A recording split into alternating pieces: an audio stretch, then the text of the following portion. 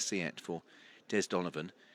You get the impression this horse shows more at home than he has done on a racecourse so far, because he was beaten favourite last time as well, and he's 4-1 market leader. Well, was 4-1 market leader on his own, but Wojtek's joined him at 4-1. I've been over that cliff already, so but he looks a little bit more settled since he's been gelded. Ross Orion aboard. Last Chance Saloon. If you haven't tried him before, then well, so he's lost me unfortunately, but I can certainly see why. That original form. But he got a bit poor following him. There's Clipstone walking across. One of those that hasn't shown a great deal. The grey is G-Man. Relatively unexposed yet. Not the tallest, is he, G-Man? Look at him, he's a little stocky. But if you look at his head, he looks quite a bit lower than the rest of them. He has no disrespect.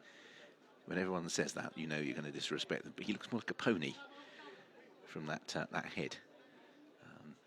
And yes, he stands next to something. You just see the level of his ears compared to Walk On next.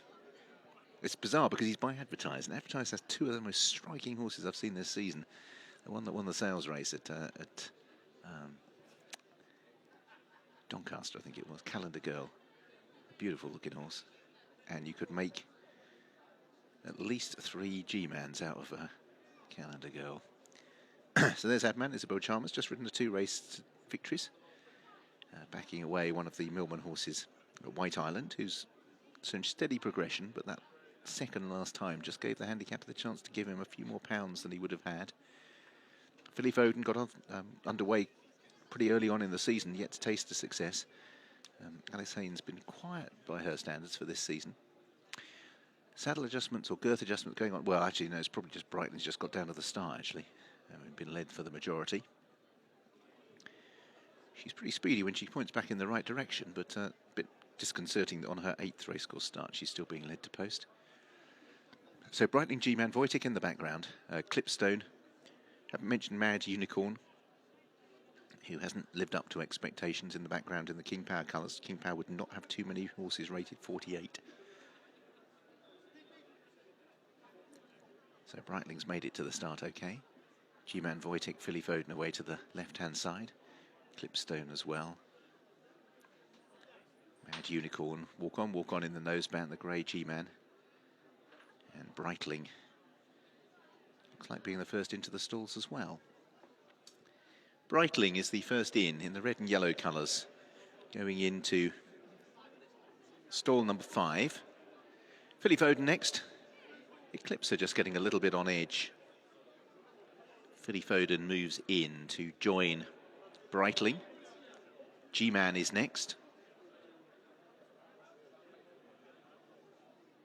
In goes G-Man. When Eclipser is proving a handful here, particularly with the blindfold, tricky for the rider. Keep her hands on the reins. Whilst at the same time preparing to whip the blindfold off if necessary, just like that. You don't want the horse getting loose with the blindfold on, so might have to be plan B for Eclipser, who's very much on edge, being confronted with the starting stalls. So see if they try the blind again, but she is getting herself worked up. Any pressure from behind the saddle seems not to work, and Hector's doing a good job here, but keep losing the lead rein. And Hector's going to jump off. They might try and load without, or I'm not 100% sure. She's going to get a massive amount of chances here because she is very much on edge. And, well, let's see if she rears up. She's going to. She's in danger of getting loose here, I think.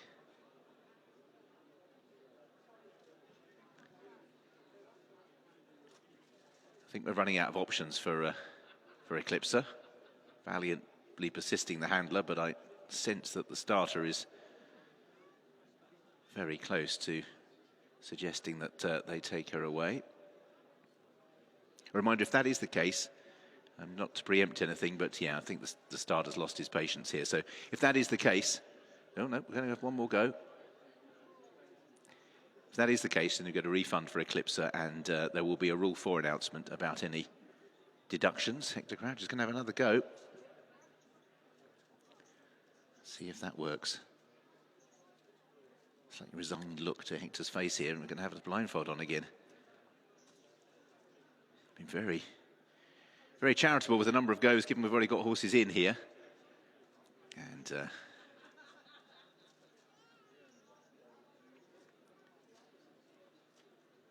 final shove to see whether or not Eclipsa on the back end, and I'm sure that's going to be it. So we'll make an official announcement, but I think Eclipsa has had too many chances. As I said, there'll be a full refund of your stakes on Eclipsa, Rule 4 message, because for the rest of you, your horse's chance of winning has been improved by the fact Eclipsa doesn't look as if she is going to run. Wojtek and Walk On, about to go forward. Philly Foden and Breitling were the two that were slightly unfortunate to be installed, along with G-Man, whilst we took our time with Eclipsa. There is Reality Queen moving in for Roppongi. They're going to have a Rule 4 horse for Eclipsa withdrawn. Should have happened about a minute before it actually did, I think, but anyway, he has been withdrawn. Cresciente moving in with White Island and Tamatha. So White Island moving in, Cresciente in the stalls with G-Man, a Reality Queen likewise. Tamatha moving forward in the noseband.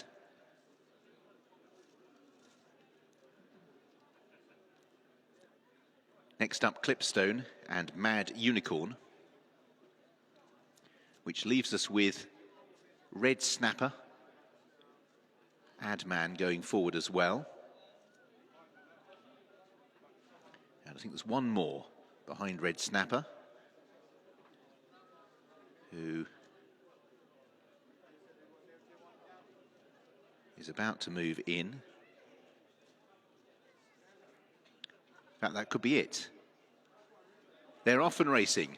Diving out to the right was Clipstone. Early on, Mad Unicorn, one of the first to show. Green colours of Reality Queen. Closer to the inside, Breitling is prominent with Philly Foden. Wojtek right on the running rail, just briefly short of room. They're being tracked through by the grey G-Man, who's in midfield. The orange colours next of White Island. Towards the left-hand side is Tamatha. At this stage, Adman is outpaced. After that awkward beginning, Clipstone's back in the pack with Cresciente as they make the climb up the hill. So Breitling on the outside of Philly Foden. Green colours of Reality Queen. They're followed by Red Snapper. Wojtek on the running rail.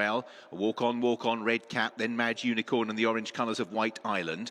Trying to make some ground, Tamatha ahead of Cresciente. G-Man with work to do as they're past halfway, and Philly Foden has taken over the lead. Angled out Red Snapper to come and have a crack at the leader as Breitling begins to lose ground. Still there on the outside is Reality Queen, Tamatha, Mad Unicorn, Walk On. So wide across the course here. Philly Foden on the running rail. Red Snapper, the free-sweating Reality Queen. They're the first three from Wojtek and White Island. Reality Queen on the outside of Red Snapper. These two fighting out the finish on the outside. Reality Queen of Red Snapper. Reality Queen beats Red Snapper. Philly Foden, Wojtek. Back in fifth place was White Island and then Mad Unicorn.